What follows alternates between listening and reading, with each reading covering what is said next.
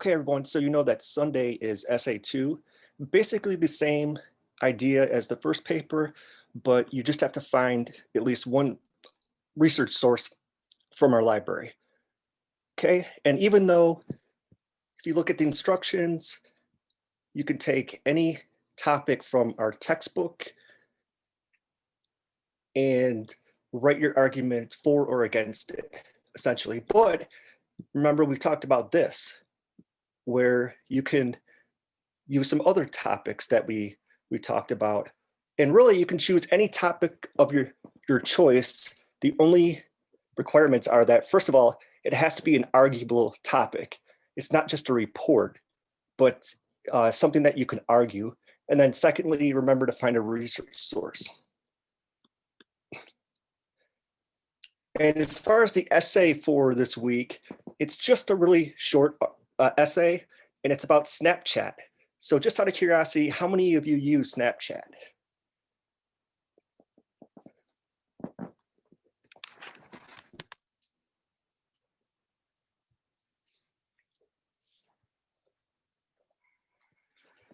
Yeah, a lot of you do. By the way, they're doing some construction outside here, so let me know if it gets too loud and I'll go to another room. But yeah, Snapchat, it's something that's really popular these days. I gotta be honest, I don't use Snapchat, but so you guys know a lot more about it than I do.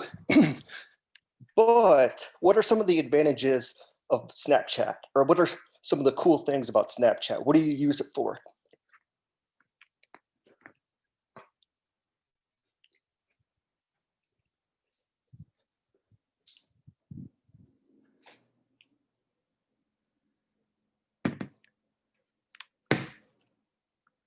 Text people, communication with friends.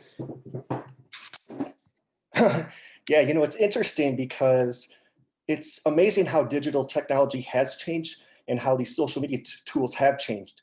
Like, so for example, MySpace was popular back in the day, but that was kind of a mess. Lots of cluster, lots of clutter, and it was just poorly designed. Then came along Facebook, which is also pretty cool at first, but just the features of Snapchat is a lot better, I think. So one kind of announcement is that I know that I said that I'll be doing more bonus sessions. Actually, unfortunately, that might not turn out to be true just because I have another part-time job during the other days. So I'll try to do that the best that we can, but I'll also cover some of these bonus topics in class here. So let's pick up with Malcolm Gladwell. So I'm going to be showing you a lot of videos today, and we're not going to finish Gladwell today, but we'll finish it on Wednesday. So I think we left off right here where we were talking about blink. And even though a lot of times our instinctive snap decisions can be very effective and very good, a lot of times they're not so good, unfortunately. And one of the things, have you guys ever heard of DB Cooper? So no, Helena, I'll let you know later today, an announcement for if we do one tomorrow, okay? Okay, so DB Cooper was the only person in US history to successfully hijack an airplane. And this is in the 1970s. And one of the things that he did is that he got on the plane and he sat all the way in the back. He bought a ticket all the way in the back. And when the stewardess came by to serve drinks and everything, he told her that he had a bomb in his briefcase. And she dismissed it. She was very attractive. So she thought that he was just hitting on her, but actually he was serious. And when she came by the second time, he handed her a note that said, "Miss, you need to sit down next to me." And then she did. She got a little bit intimidated, and he opened up his briefcase and he showed her the bomb. And so he did hijack the airplane. And what happened is they landed in Washington, And of course, the authorities, the FBI was already waiting. The authorities knew that he had a bomb in his plane or his briefcase on that plane. And what he did to negotiate with the FBI is he kept a couple of the stewardesses, actually two of the stewardesses, on board to use as hostages. And he allowed everybody else to leave the plane. And he gave specific instructions. I think he was going to fly to Mexico. And what happened in the middle of the flight is he jumped. And obviously he had a parachute. And even to this day, nobody knows what happened to him. So they don't know if he died or if he was getting picked up by somebody. And there are all these theories out there. And if we have time this semester, I'll show you a clip from Unsolved Mysteries where the authorities think that he died, but they're not sure. And one of the things that I do in class is we do this in-class activity and everybody writes their theories about what happened. So the point though of all this is that the stewardesses and the hostages, when it came to describing him, everybody had kind of a different description. And the stewardess, the main stewardess, said that the sketch that they came up with, the police sketch, actually looked nothing like him. But this illustrates, though,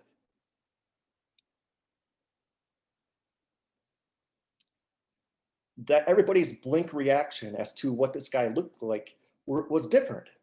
And this is because our brain's left hemisphere thinks differently in terms of words, and our right hemisphere views things in terms of pictures. And the same thing occurs with customer taste tests.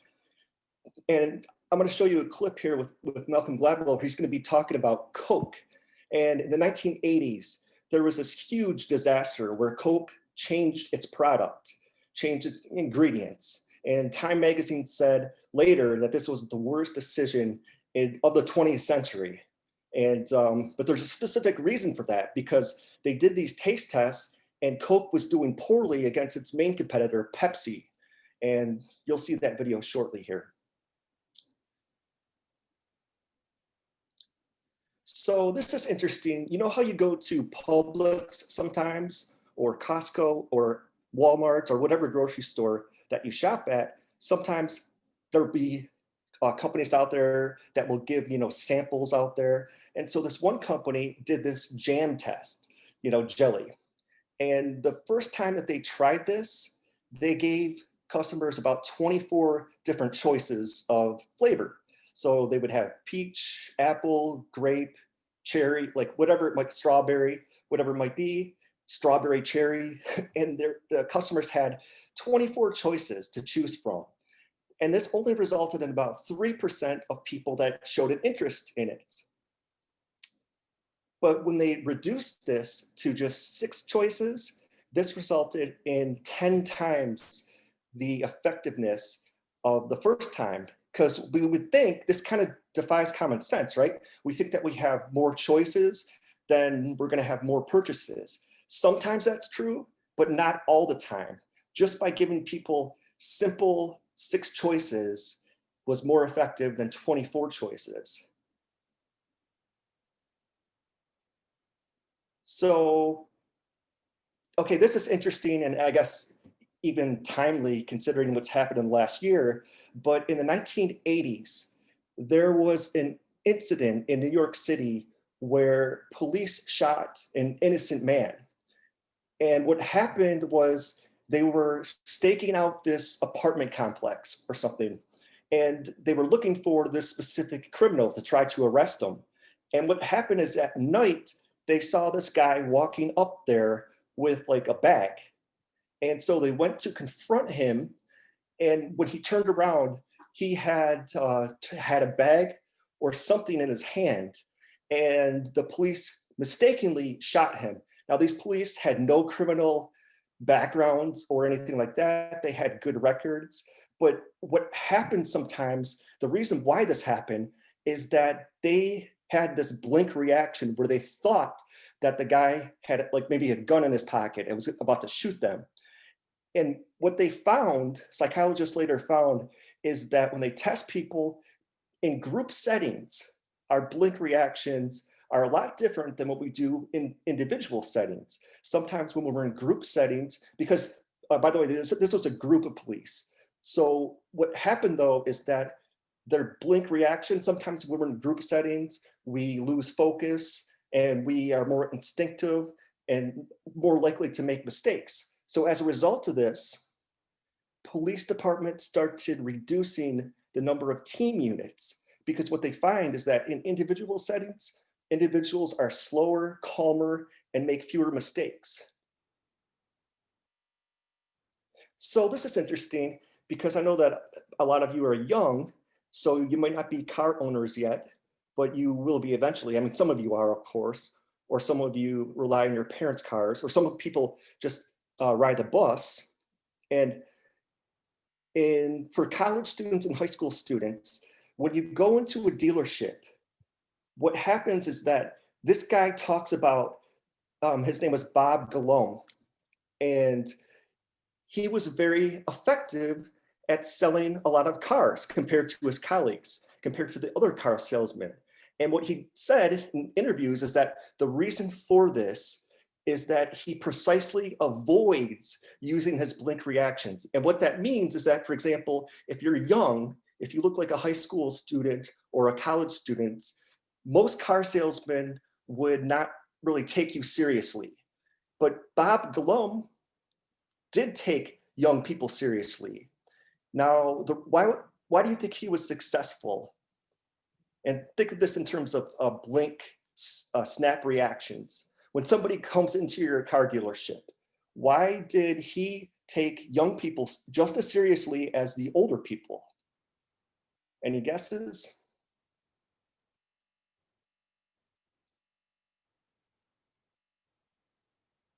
Okay, that's part of it, Jose, because she gives the buyers more confidence, but also it's because most car salesmen, when a young person comes into their dealership, they think that this young person doesn't have money and is not likely to actually make a purchase. But guess what?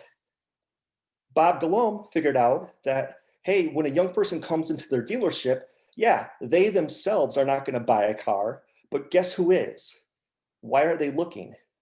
Because mom and dad are likely to buy the car for them. So that's why he was successful, is not relying on his blink reactions, whereas other car salesmen would and just ignore the students. Okay, now this is also an interesting case that Gladwell talks about. There were these two brandy companies, E&J and the Christian Brothers. And E&J was really dominating the market. And they did all these, the Christian Brothers were trying to figure out why. They had the same product, and let's just say that they were priced evenly, okay? And when they did taste tests, they were equal. So the Christian Brothers did just as good as E&J in taste tests. And when they surveyed people, they found out that the Christian Brothers had a better name brand. When they asked people, I mean, maybe, I mean, I'm not familiar with Christian Brothers, but I mean, maybe it had more of a history, maybe it was older, but it had a better name brand. But what do you think, any guesses as to what they found the difference was between these products? Again, equal products, even with a better name brand, and let's just say that they were priced evenly. Just think of this in terms of blink. Okay, no, good guess, because yeah, the Christian Brothers, you would think like a religious affiliation, but actually that had nothing to do with it. Believe it or not, it was the bottle. The difference turned out to be the bottle. Customers saw the two products, the two bottles, and for whatever reason, E&J's bottle was better because, I don't know, maybe it was more colorful, and maybe the Christian Brothers bottle was just more generic, whatever it might be, but the difference turned out to be the bottle. People with their blink reactions would just see two products and then instantly just think that, oh, this product is packaged better, so it must be better. So can anybody think of examples where you bought a product just because maybe how it was packaged looked better compared to a other competitor?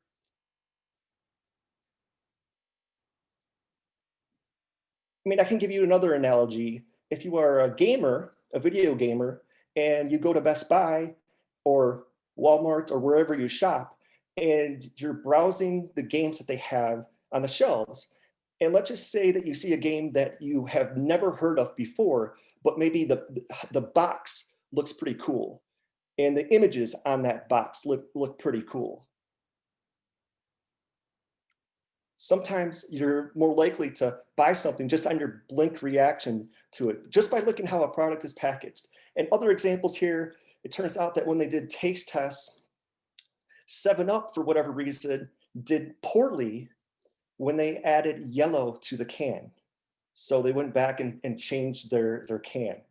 Even though it's the same exact product with just yellow on the can, turned out to turn customers off. Fruit products tend to taste test better in glass bottles compared to cans.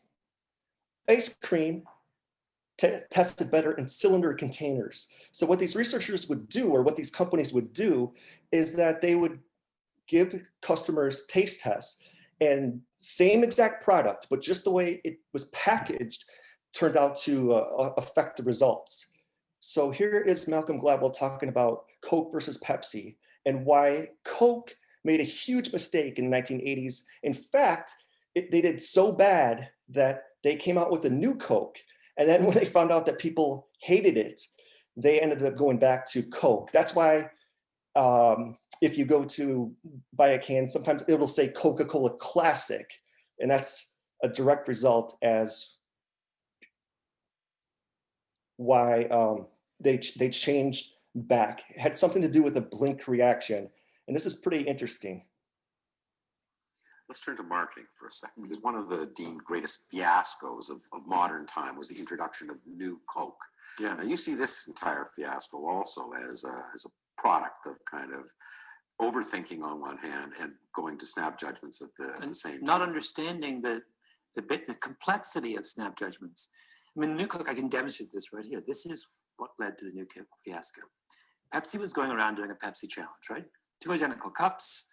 One is Coke, one is Pepsi. You don't know which is which. And I'm a dedicated Coke drinker. They say, take a sip of each, right?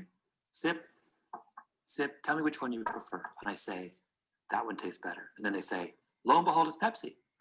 Coke saw this, panicked, and changed their formula, because it turns out that an incredible percentage of Coke drinkers preferred Pepsi in this blind taste test. On their first little sip. On their first little sip. What better evidence could that be that Pepsi's a better drink than Coke, right? So they've got to change it. So they changed it. The thing, of course, it's a disaster. Why? So why was it wrong to conclude that they ought to change Coke from this test? Because Pepsi stacked the deck. They understood the sort of fickle nature of snap judgments, and they created a test that they would win. And the way they did that was that they asked people just to take a sip. When we just take a sip of a drink, we are almost always drawn to the sweeter of the two drinks. Of which Pepsi is sweeter. Pepsi is sweeter than Coke. Pepsi will always win a sip test with Coke.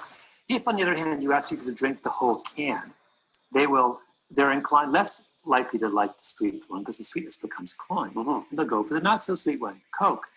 If Pepsi had done the Pepsi challenge, only you had to drink the whole can, they would not have won. Coke would have won. Right? There's a case where how you measure someone's snap judgment, in other words, makes a huge impact on the answer that you get. Well, in fact, we have a whole critique of market research, my chosen profession, and especially focus groups. Yes, which I think suffer from this problem over and over again, which is that they assume that if someone has a reaction to something, that people, a snap judgment, they say, well, which drink do you prefer? Now tell me, why do you prefer this one to that one, right?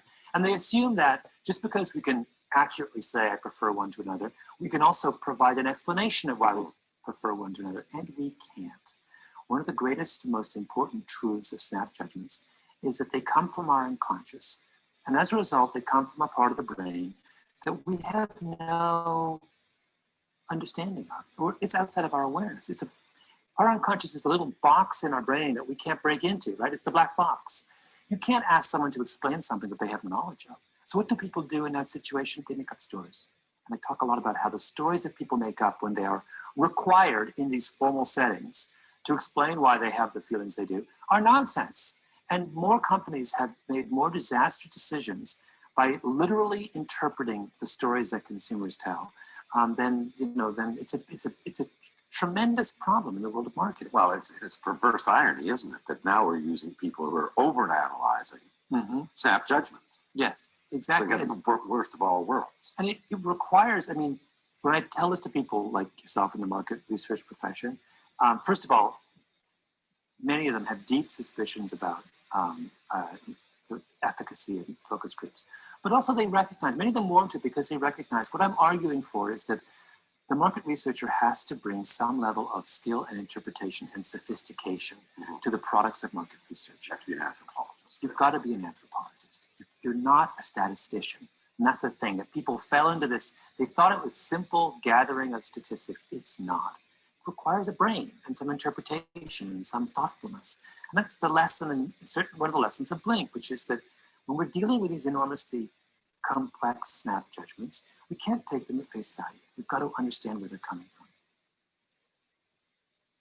Okay, so you see what he's talking about here. Just your Blink reaction, just taking a sip of something might taste better than another product that might not be so sweet, essentially. So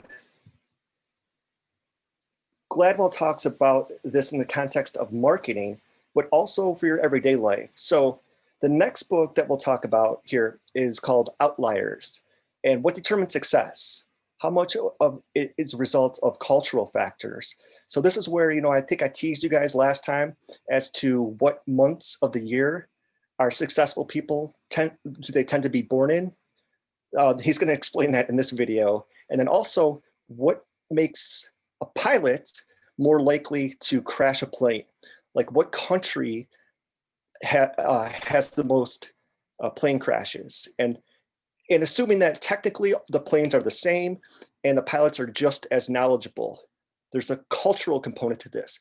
But also he's going to talk about like what determines success in terms of like how hard you work tends to affect that a lot.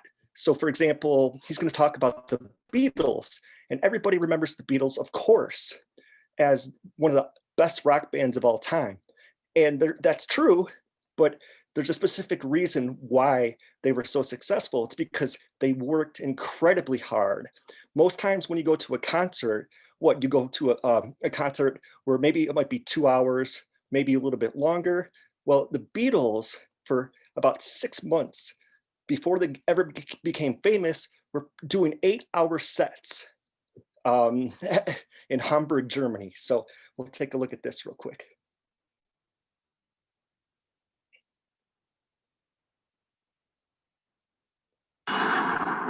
Malcolm Gladwell. And actually, let me go back for a second too. This 10,000 hour rule, some of you may have heard of it, but again, this goes into how hard you work.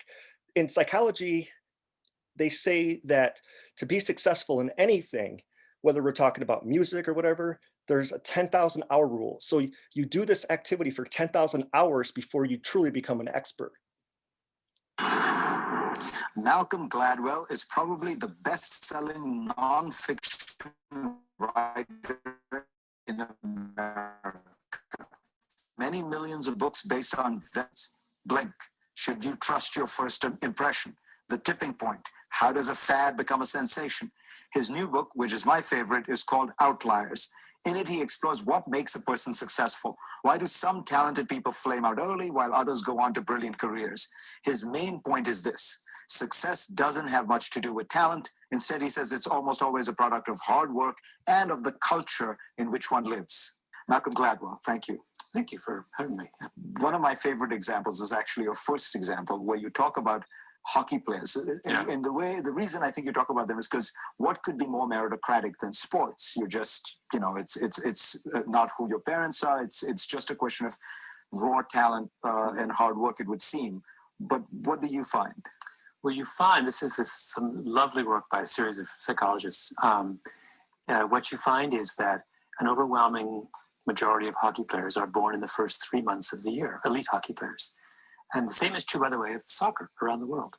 And the reason for that is that the system under which age class hockey and age class soccer are organized has, has as the cutoff date January 1st. And so from the very beginning, when we pick young kids to pull them out and put them on all-star teams and give them special coaching and special encouragement, we're looking at groups of children who are all 9 years old, and we're saying those 3 are the best, let's pull them out. Well, who is the best at 9 years old? Well, it's children who are the eldest in their class, those born closest to the cutoff. So the ones who are 9 years, 10 months, 9 years, 11 months, and 9 years, 11 and a half months, who tend to be the best. When you're 9 years old, 11 months can be 4 inches in height. It can be 25 pounds. It can be the difference between being a klutz and someone who's incredibly coordinated. And so we think there that what we've done is identify people who have extraordinary individual talent. We actually haven't. We've created a system that confers a special benefit on children born in a certain part of the year, and that benefit persists. And those kids are the ones who end up 10 years later playing all-star, playing in the NHL, or playing professional football or soccer around the world. Do you think this applies to, I don't know, finance? That there were some kids who seemed at a young age a little bit more talented at math, and that they get a certain amount of attention by teachers and parents, and they're told they're smart, and then it's reinforced. Yeah, this principle in psychology is called the Matthew effect, after the line in the Bible, he who has much more will be given, right? It's this idea that it's called cumulative advantage, which is small initial advantages mushroom over time. The best data we have is on reading. A very, very small difference in reading ability at a very young age quickly mushrooms into a large difference. Why? Because if you're a little bit better at reading at the age of 6, you'll read more, right? Because reading is easier, more pleasurable. And that little extra increment of reading that you do causes you to read even better than the person behind you. And the cycle reinforces itself until you have, by the time when kids are 6, the difference in the amount they read is like this. When they're 12, the same kids, the difference is this. It's because of this snowballing effect that happens with small initial advantages growing. Tell the story of the Beatles with regard to practice. The Beatles are a lovely example because we think that their story begins with the invasion of America in 1964, right? These 4 fresh-faced, practically teenagers who burst on the scene. Nothing could be further from the truth. They spend the really critical periods. They spend 2 years in Hamburg, Germany, as the house band in a strip club, playing 8-hour sets 7 days a week for months at a stretch. They have one of the most extraordinarily intensive apprenticeships in rock and roll. And if you think about what it takes to play, the typical set for a rock band is what, an hour and a half? They did 8-hour sets, day in, day out. If you think about that, you realize if you force a group of young musicians to play together in that way for months at a stretch, you're forcing them to master all kinds of different genres, to learn how to play together well, to write songs. Everything you need to do, particularly at the dawn of rock and roll, to be the most dominant band of your generation, requires some kind of apprenticeship. And lo and behold, they have it. And I would argue, and many agree with me, that no Hamburg, no Beatles. They're just not the band that we remember unless they had that kind of intensive training. But of course, it raises an interesting question to me, which is, you could imagine a lot of other bands being told, I've got good news for you. You've got a great gig in Hamburg, Germany. The bad news is you're going to have to play 8 hours a day, 7 days a week. And they would have said, no way, we're not going to do it. So something about that group made them relish the opportunity to do enormous amounts of practice. And presumably that's true of some of these sportsmen and true of other people. That is, yes, it takes practice, but you need a certain mentality to want to practice the hell out of it.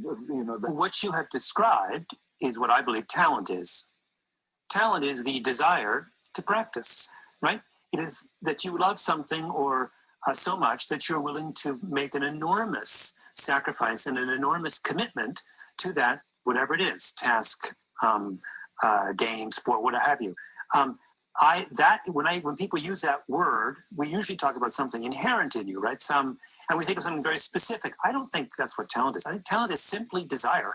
It's what you said of the Beatles. Their talent consisted of their ability to see Hamburg as an opportunity, whereas 99 out of 100 bands would have seen Hamburg as a nightmare, which, by the way, it was. I mean, you could argue that the Beatles' talent was also an act of delusion. To be able to see opportunity in Hamburg in 1959, required at the very least, an extraordinary imagination. And we will be back with Malcolm Gladwell.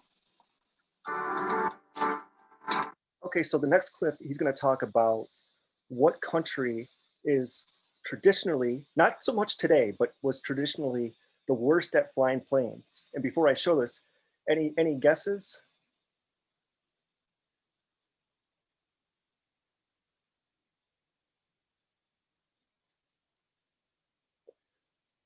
Well, this is interesting because plane crashes often don't have a lot to do with the pilot's competence or the plane's technology. Let's just say that you have two planes that are that the same exact plane, and you have one pilot from one country and another pilot from another country that are flying them.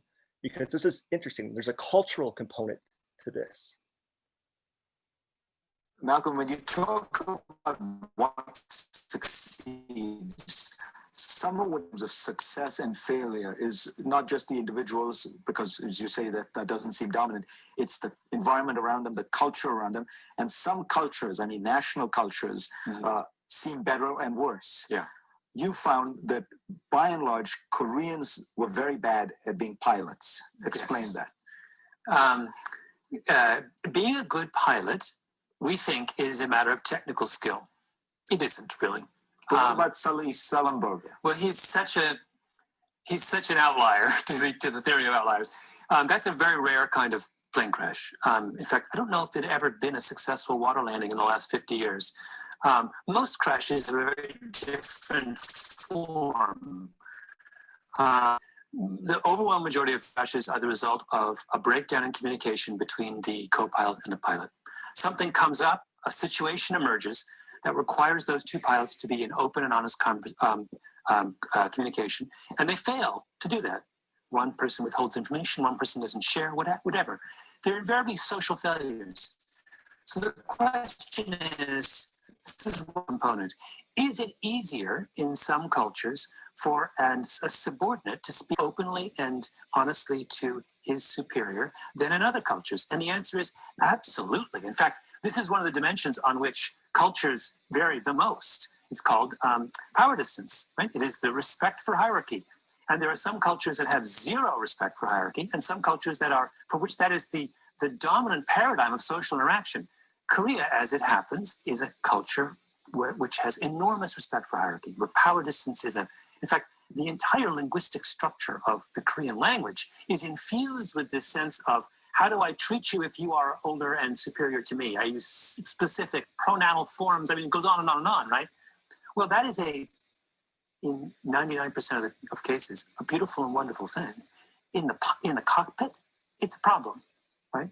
And so you see, whenever you see cultures, if you overlay the list of cultures in the world by their respect for power distance with the list of cultures in the world by their plane crashes per capita, it's basically the same list. So it's the ones that are hierarchical that have the most plane crashes. That have the most plane crashes. So you'll see, classic, And what did Korean Airlines do? This is the second part of this argument, which is, this is not to say that certain cultures are incapable of doing that task. It just means that if they want to get better, they have to address the cultural component of their interaction. And that's exactly what Korean Air did. And they fixed their problem. Today, Korean Air was, through the 90s, one of the most dangerous airlines in the world. It was almost shut down at the end of the 90s by international aviation authorities. The Canadians told them at one point, you can't fly over Canada anymore. Which is a real problem if you're trying to get from one end of the world to the other. And they fixed it. And they fixed it by bringing in people who have a different cultural attitude and essentially re-educating the pilots in Korean Airlines. And they made them speak in English because they said it's a non-hierarchical language. It's a non-hierarchical language. They wanted to think like, I mean, non-hierarchical cultures are America, Israel, Austria, Australia. They want them to think like Australians, essentially, right? What do? Well, you make them speak English, right? And it works. I mean, this is the sort of hopeful lesson at the core of my book, which is that when we acknowledge how much of success is embedded in culture, that's a hopeful thing because culture is malleable. It's something we can address if we put our minds to it. So when you look at America today, what elements of our culture are producing the kind of problems we see? A bad education system, for example. Yeah. I think that we have carried in the educational realm, we have carried our obsession with individualism too far. And paradoxically, we have an enormous amount to learn, I think, from Asian cultures like Korea. I mean, just as they can learn from us on flying planes, we can learn from them on education. If you go to Korea or China or Hong Kongers and you ask them, what does it take to be good at math? Their answer would be, being good at math is a function of how hard you work, right? Now, hard work is something that is available to all students, regardless of intellectual ability. So when you come in with that perspective, your expectation is everyone can work. The dull child can work as hard as, in fact, the dull child may find it easier to work harder than the smart child. That work-based perspective on achievement allows you, I think, to serve the needs of a much broader pool of students than we have an ability-based approach, right? We're constantly segregating kids according to their aptitude, right? Whatever on earth that is. I think we would do well to banish that word and simply, I think we should separate kids according to how hard they want to work. The kids who want to do their homework ought to be in one, and if you don't want to do your homework, I think we should say, then you have a problem. And I don't care if you have an IQ of 150, you have a problem. You have to, a work-based culture is, at the end of the day, a far more effective means of raising the middle. Malcolm Gladwell, thank you very much. Thank you, Craig. And we will be right back. So what he's saying there, and I hope you get the point, is that in the cockpit, if a plane is having problems, the co-pilot might notice this, but in places like Korea at one time, they were scared to kind of speak up to the main pilot because they think, oh, they're my superior. They must know what they're doing. And I don't want to say anything because that might be disrespectful. And the same thing, by the way, happens with doctors and surgeons. Sometimes you might have a doctor's assistant or a nurse that might notice that a doctor is maybe making a mistake, but he or she doesn't say anything because they think, oh, well, first of all, they're the doctor, they must know what they're doing.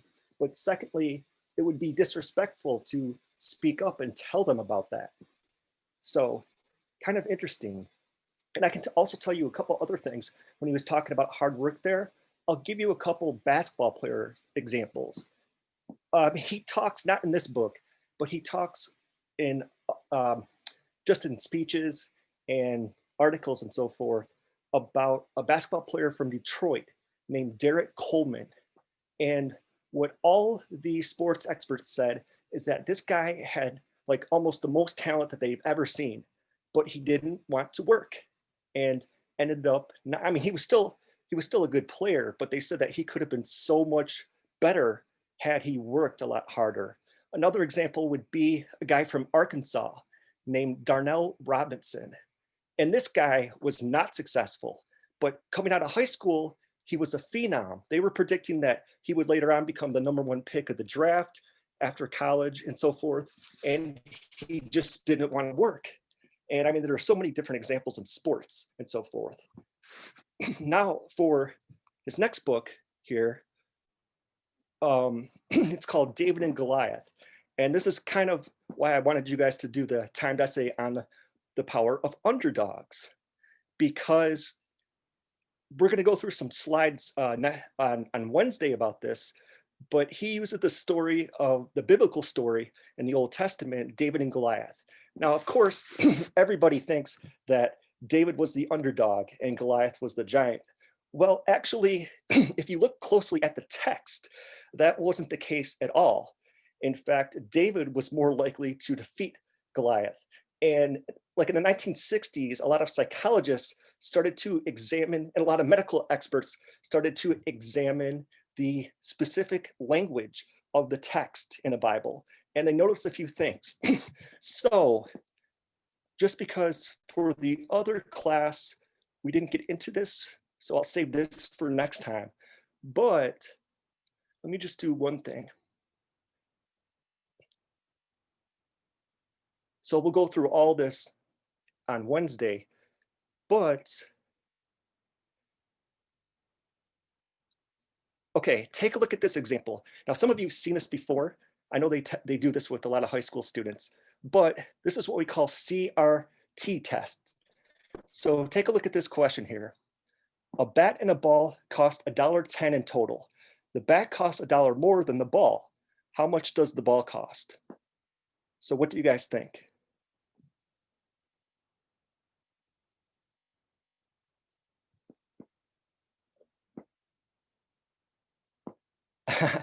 Yeah, Helena, that's what everybody says. Actually, the answer is 5 cents because the bat costs $1.05, which is $1 more than 5 cents, which is what the ball costs. But the reason why I'm bringing this up here is because when they do this test on 2 groups of students, same academic level, same intelligence and everything, one group of students tends to do better on this question than the other group. And there's a specific reason for it, and it kind of defies common sense. So I know I'm showing you guys a lot of videos today, but I do want to show you this. It's a little bit long. It's about 15 minutes or so.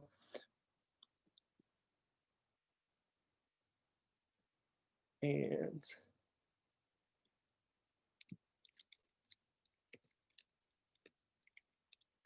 I used to have this embedded in the slides itself, but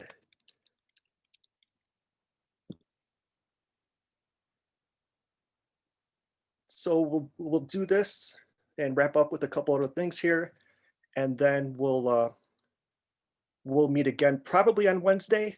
But Helena, I'll let you know actually, and I'm still thinking about what we could do tomorrow, but I'll let you know in the announcements. But what Gladwell says here is that this little story from the Old Testament is actually a metaphor for modern life.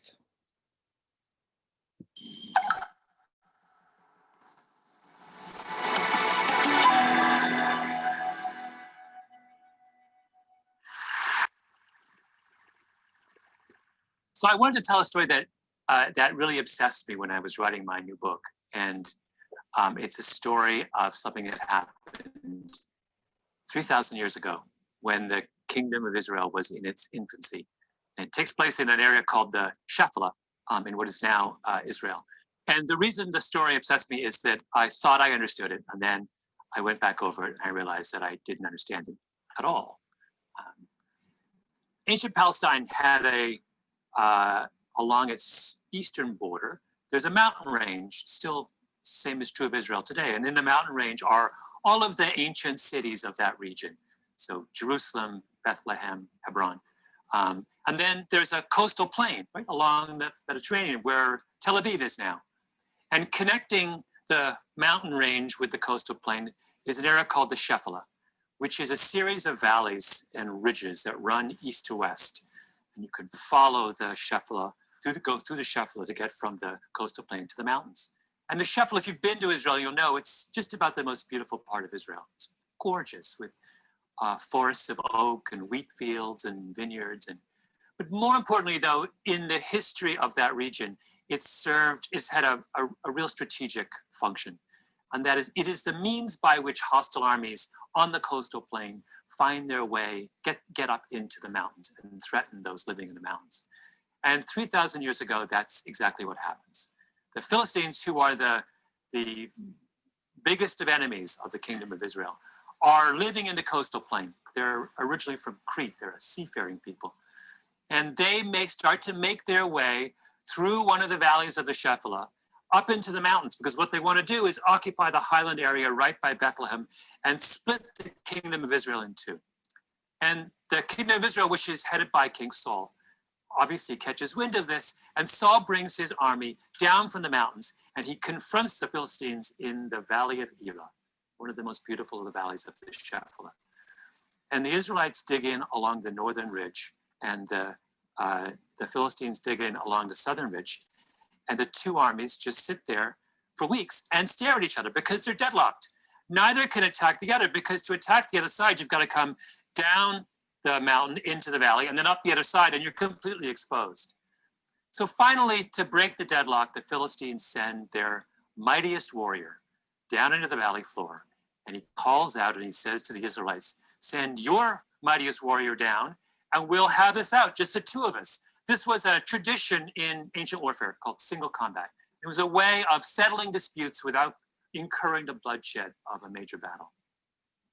And the Philistine who's sent down, their mighty warrior, is a giant. He's 6'9". He's outfitted head to toe in this glittering bronze armor. And he's got a sword, and he's got a javelin, and he's got a spear. He is absolutely terrifying. And he's so terrifying that none of the Israelite soldiers want to fight him. It's a death wish, right? There's no way they think they can take him. And finally, the only person who will come forward is this young shepherd boy. And he goes up to Saul and he says, I'll fight him. And Saul says, you can't fight him. That's ridiculous. You're this kid. This is this mighty warrior. But the shepherd is adamant. He says, no, you don't understand. I have been defending my flock against lions and wolves for years. I think I can do it. And Saul has no choice. No one else has come forward.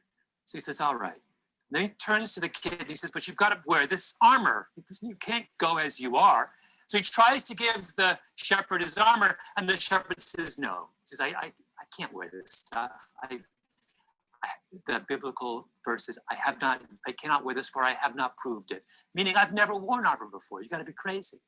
So he reaches down instead on the ground and picks up 5 stones and puts them in his shepherd's bag and starts to walk down the mountainside to meet the giant.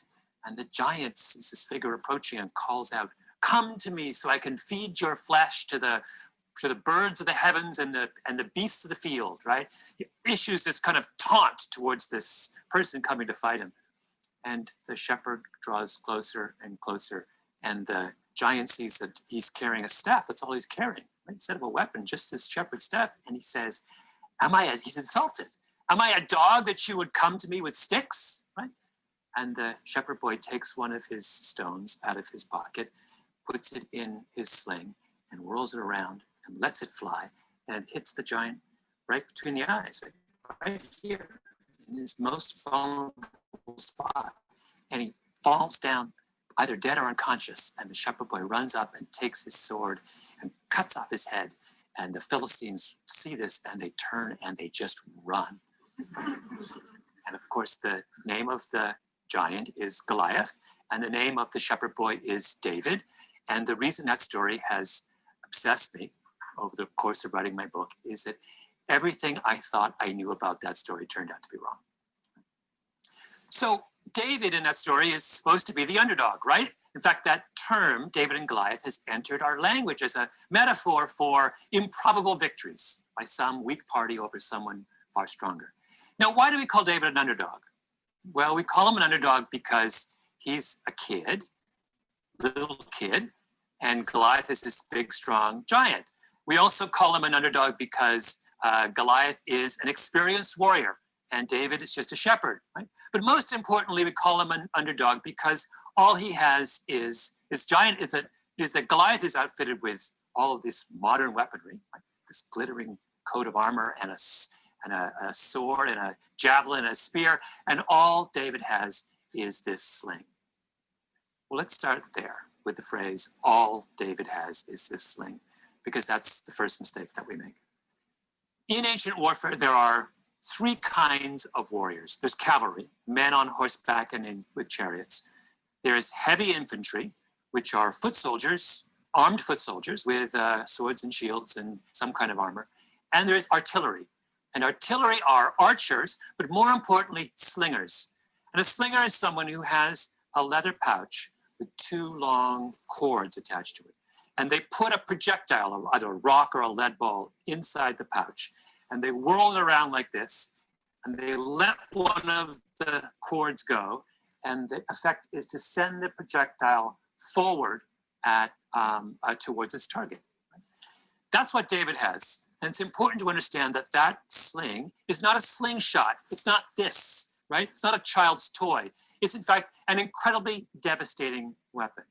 When David rolls it around like this, he's turning his the sling around probably at 6 or 7 revolutions per second. And that means that when the rock is released, it's going forward really fast, probably 35 meters per second. That's substantially faster than baseball thrown by even the finest of baseball pitchers. More than that, the stones in the Valley of Elah were not normal rocks. They were barium sulfate, which are rocks twice the density of normal stones. If you do the calculations on the stopping power of the rock fired from David's sling, it's roughly equal to the stopping power of a 45 millimeter handgun. Right? This is an incredibly devastating weapon. Accuracy, we know from historical records that slingers experienced slingers could hit and maim or serious or even kill a target at distances of up to 200 yards. From medieval tapestries, we know that slingers were capable of hitting birds in flight. They're incredibly accurate, right? When David lines up, and he's not 200 yards away from Goliath, he's quite close to Goliath. When he lines up and fires that thing at Goliath, he has every intention and every expectation of being able to hit Goliath at his most vulnerable spot between his eyes. If you go back over the history of ancient warfare, you will find time and time again that slingers were the decisive factor against infantry in one kind of battle, against heavy infantry in one kind of battle or another. So what's Goliath? He's heavy infantry. And his expectation when he challenges the Israelites to a duel is that he's going to be fighting another heavy infantryman. Right? When he says, "Come to me that I might feed your flesh to the birds of the heavens and the beasts of the field," the key phrase is "come to me." Come up to me, because we're going to fight hand to hand like this. Saul has the same expectation. David says, "I want to fight Goliath," and Saul tries to give him his armor because Saul is thinking, oh, when you say fight Goliath, you mean fight him in hand-to-hand combat, infantry on infantry. But David has absolutely no expectation. No, he's not going to fight him that way. Why would he? He's a shepherd. He's spent his entire career using a sling to defend his flock against lions and wolves. That's where his strength lies. So here he is, this shepherd, experienced in the use of a devastating weapon, up against this lumbering giant, weighed down by 100 pounds of armor and these incredibly heavy weapons that are useful only in short-range combat. Goliath is a sitting duck. He doesn't have a chance, right? So why do we keep calling David an underdog? Why do we keep referring to victory as improbable? It's the second piece of this that's important. It's not just that we misunderstand David and his choice of weaponry. It's also that we profoundly misunderstand Goliath. Goliath is not what he seems to be. There's all kinds of hints of this in the biblical text.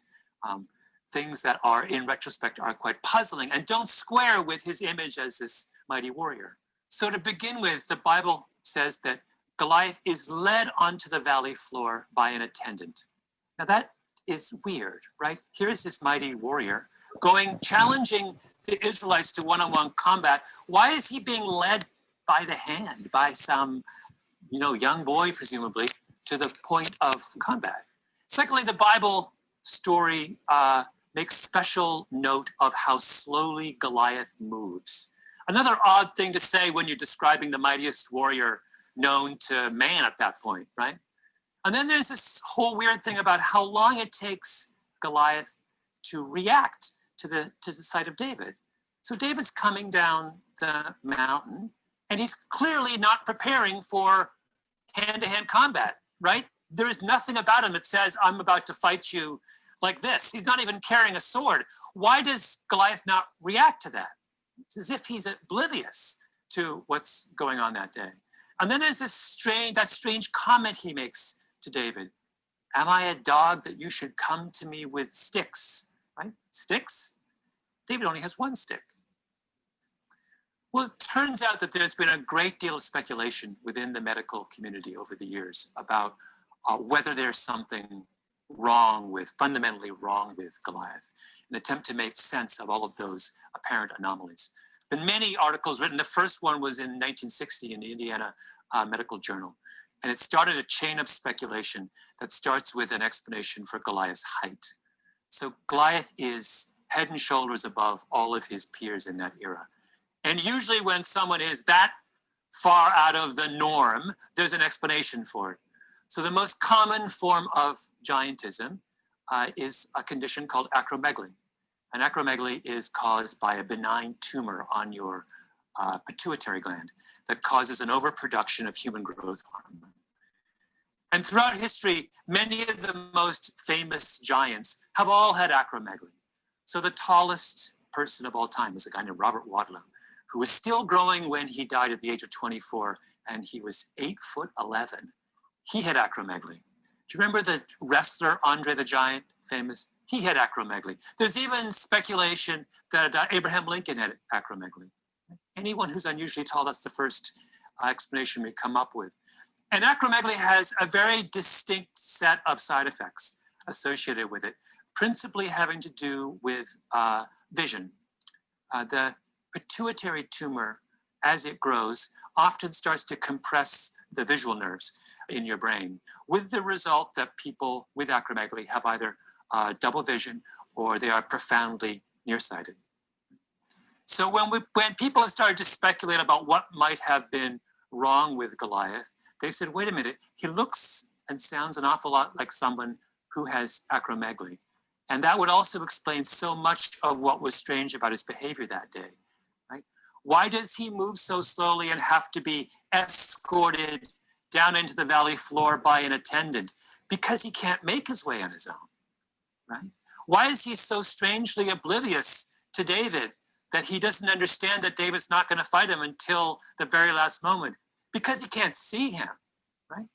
When he says, come to me that I might feed your flesh to the birds of the heavens and the beasts of the field, the phrase come to me is a hint also of his vulnerability. Come to me because I can't see you, right? And then there's, am I a dog that you should come to me with sticks? He sees 2 sticks when David has only 1. So the Israelites up on the mountain ridge looking down on him thought he was this extraordinarily powerful foe. What they didn't understand was that the very thing that was the source of his apparent strength was also the source of his greatest weakness. And there is, I think, in that a very important lesson for all of us. Giants are not as strong and powerful as they seem. And sometimes the shepherd boy has a sling in his pocket.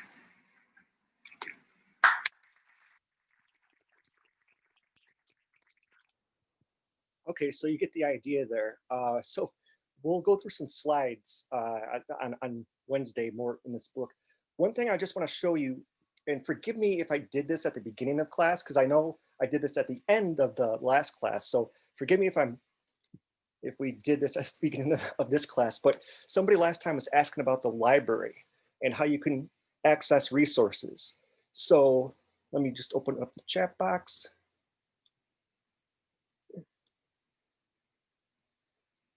Okay, so the easiest way, and there's different ways to get to our library, but the easiest way, at least the easiest way for me that I always do this, is you just maybe go on Google,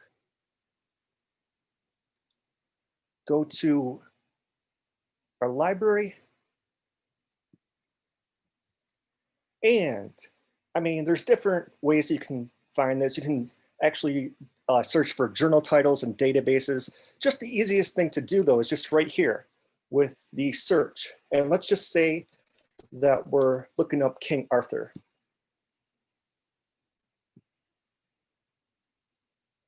Now, okay, I'm already logged in, but it might ask you to log in. So just use your normal password. And let's just say that we're looking for, and also another thing, I mean, you guys can search for books if you want. You can use books. The easiest way to do this though, because I assume that most of you are going to be using articles. So you want to click that. And let's find one with a, okay, so down here you would click on full text.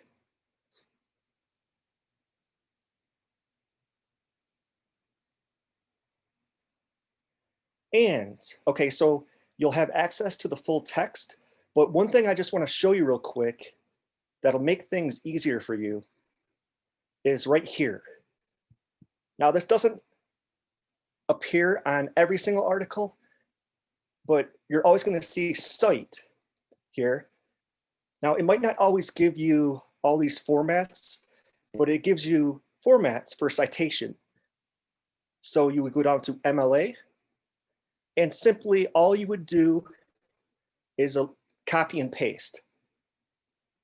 And that's an easy way to cite for your work cited. And that way you don't have to like look at the format, oh, author, and then you put the article title, and then the journal title, and then the volume number, but just copy and paste all this, and it does it for you. And by the way, you'll be using our library resources for the final project. You'll have to actually find 6 sources, but we'll go into that later. Now though, in terms of bonus sessions, we probably could do one tomorrow, but one of the things that I'm thinking about doing, it might be a short one. I might actually just show you an episode from Forensic Files. Have you guys ever heard of that show?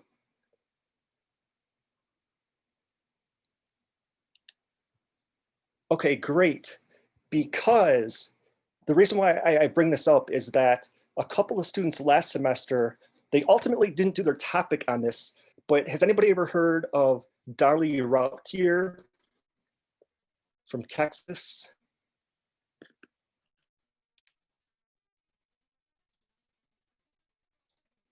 It has. So there's an episode of Forensic Files that is just fascinating. I mean, most episodes are fascinating anyways, but this issue with Darlie Routier has been coming up in the news lately because she currently sits on death row, and her case actually got delayed because of the virus. So the court is in recess right now. But there's a fascinating case because there are some people that think she's innocent. And the episode that I'll show you is actually, it actually leaves out some important details. But I tend to agree with the prosecution in that case. But still though, the reason why I bring this up is because it has been in the news, and a couple of students last semester wanted to do their research paper on this. So maybe we can do that tomorrow. The only thing about that though, is I'm not sure about the time. So I'll let you know about the time, but I'll record it though. And then we can have a discussion afterwards. So at this point, are there any questions?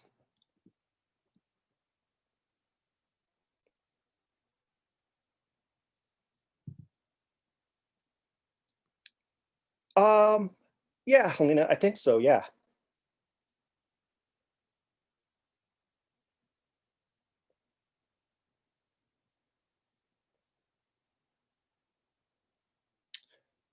Okay, cool. So we'll meet again Wednesday for sure, and probably tomorrow, but I don't know what time. It will just be a bonus session. Okay, any other questions?